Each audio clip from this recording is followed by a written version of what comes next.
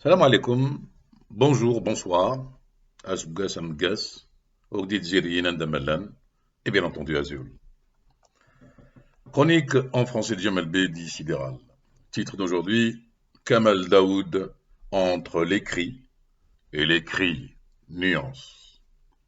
Si j'ai bien compris, on ne contre-argumente pas, on ne défend pas. On juge et on laisse la vindicte populaire exécuter la sentence par pendaison haut et court, haut par les mots et court par les pensées et les actes. Parce qu'une personne s'est exprimée en son âme et conscience, à tort ou à raison, qu'importe.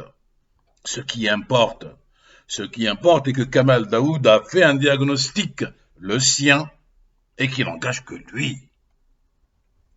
Faire un état des lieux de ce qu'est devenu le Hirak, selon la perception et les arguments de chacun, est un droit fondamental qu'on s'est dit dans les règles et surtout joliment écrit.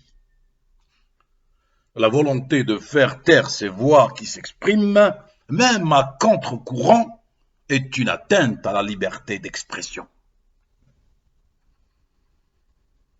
En dehors des insultes et les commentaires scabreux, j'en ai plus aucun commentaire qui contredit Kamel Daoud par des contre-arguments. Et c'est là où le bas blesse, le bas niveau aussi. Une majorité de personnes du Hirak aujourd'hui est en train de s'enfoncer dans ce qu'elle est, ou plutôt était censée combattre. La pensée unique et inique et tout. Normal, quand on a toujours été bercé d'illusions, il n'est pas étonnant que toute réalité nous rende aveugles de rage. Je vous laisse méditer à propos de cette citation de Sun Tzu. C'est les guerriers qui peuvent se permettre d'être pacifiques.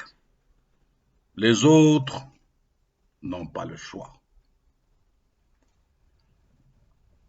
Le Hirak, à ses débuts, a su être ce poète qui chante l'espoir pour que demain soit meilleur.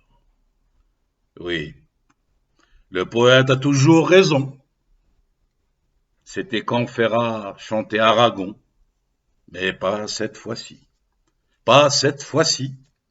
Une exception qui rime à rien, laissant un avant-goût amer d'un triste lendemain. Chronique en français Jamal Bedi Sidéral. Salam alaikum, bonne journée, bonne soirée, haytuma kuntum, mais bien entendu, merde, au revoir.